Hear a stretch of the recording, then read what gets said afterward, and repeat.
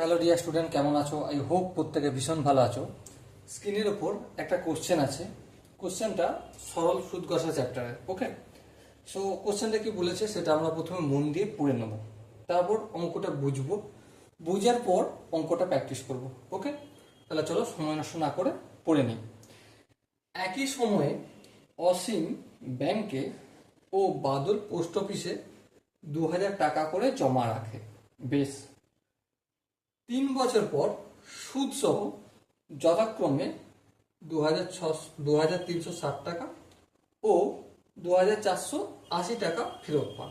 বেশ, ব্যাংক ও পোস্ট অফিসের বার্ষিক শতকরা সুদের হার বছরে নির্ণয় করো বা অনুপাত কত হবে।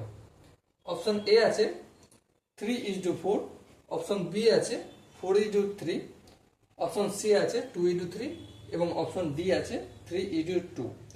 সো মাই ডিয়ার ওয়াটসন, এখানে যে কোশ্চেনটা আছে এই কোশ্চেনটা মোটামুটি পড়ে বুঝলাম।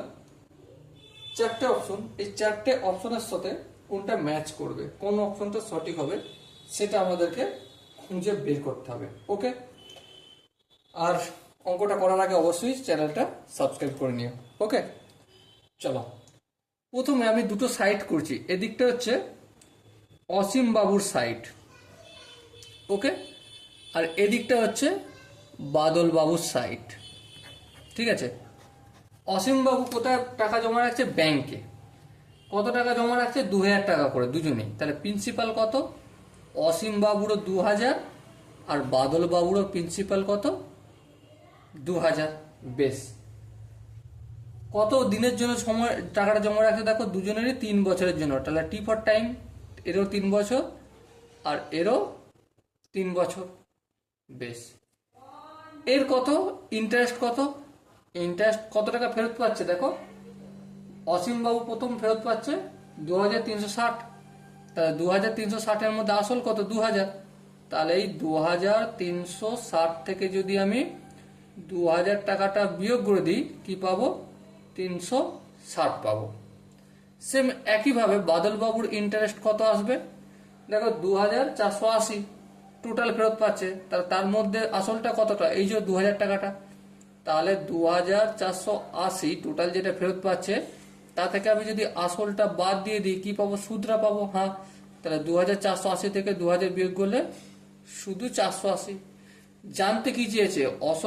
অসীম বাবু যে ব্যাংকে টাকা, এই পোস্ট অফিসে না ব্যাংকে টাকা রেখেছে, তার rate of interest r is two r, মানে অসীম বাবুর রেট অফ ইন্টারেস্ট আর বাদল বাবু যে রেট অফ ইন্টারেস্ট পেয়েছে তাদের অনুপাতটা কত সেটা বের করতে বলেছে। ওকে, তাহলে এটা যদি বের করতে যাই, ফার্স্ট অফ অল আমাদের অসীম বাবুর রেট অফ ইন্টারেস্টটা বের করতে হবে। হ্যাঁ, আর বাদল বাবু কত করে রেট অফ ইন্টারেস্ট পেয়েছে সেটা বের করতে হবে। হ্যাঁ, তাহলে বের করতে গেলে আমরা একটা সূত্রই জানি, কি? I equal to P R T by 100। বেশ, আই কত পেয়েছি বলো? 360। এই 360 পুট করলাম। বেশ, ইকুয়াল টু পি কত? পি হচ্ছে 2000। এই 2000 পুট করলাম ইন্টু রেট অফ ইন্টারেস্ট কত? দেখো রেট অফ ইন্টারেস্ট জানি না, ওটাই তো বের করব। ঠিক আছে, টি টাইম কত? দেখো 3 বছর। এই 3 লিখলাম ডিভাইডেড বাই 100। এদিকে বাদল বাবুর same case, I equal to P R T by 100। একটু তাড়াতাড়ি করে দিচ্ছি। আই মানে 480 ইকুয়াল টু পি, পি মানে এখানে একই 2000 টাকা। বেশ, রেট অফ ইন্টারেস্ট ওটাই বের করতে হবে, টি টাইম 3 বছর আর ডিভাইডেড বাই 100। বেশ, এবার দেখো এই শূন্য এই শূন্য কাটলাম, এই শূন্য এই শূন্য কাটলাম, কোনো অসুবিধা রয়েছে না? তাহলে কি পেলাম? 360 ইকুয়াল টু 3 দুগুণে 6, তাহলে 60 ইন্টু আর পেলাম। এখানে এই শূন্য এই শূন্য কাটলাম, এই শূন্য এই শূন্য কাটলাম, 3 দুগুণে 6, তাহলে 480 ইকুয়াল টু 3 দুগুণে 6 মানে 60 ইন্টু আর। হ্যাঁ, দেখো এই আরটা 60-এর সাথে গুণ আছে, অপোজিট সাইডে গেলে কি ভাগ হয়ে যাবে। তাহলে 360 বাই 60, এই রেট অফ ইন্টারেস্ট। এই শূন্য এই শূন্য কাটলো, 6 6 36। তাহলে আলটিমেট অসীম বাবুর দিকে রেট অফ ইন্টারেস্ট কত পেলাম? 6%। বাদল বাবুর কি পাই দেখি আমি? 6 8 0 বাজিত 6 0, কারণ আর এর সাথে গুণ আছে, অপোজিট সাইড তাহলে ভাগ হয়ে যাবে। এই শূন্য কাটলাম, 6 8 48, তাহলে 8 তাহলে বাদলবাবুর রেট অফ ইন্টারেস্ট কত হলো? 8%।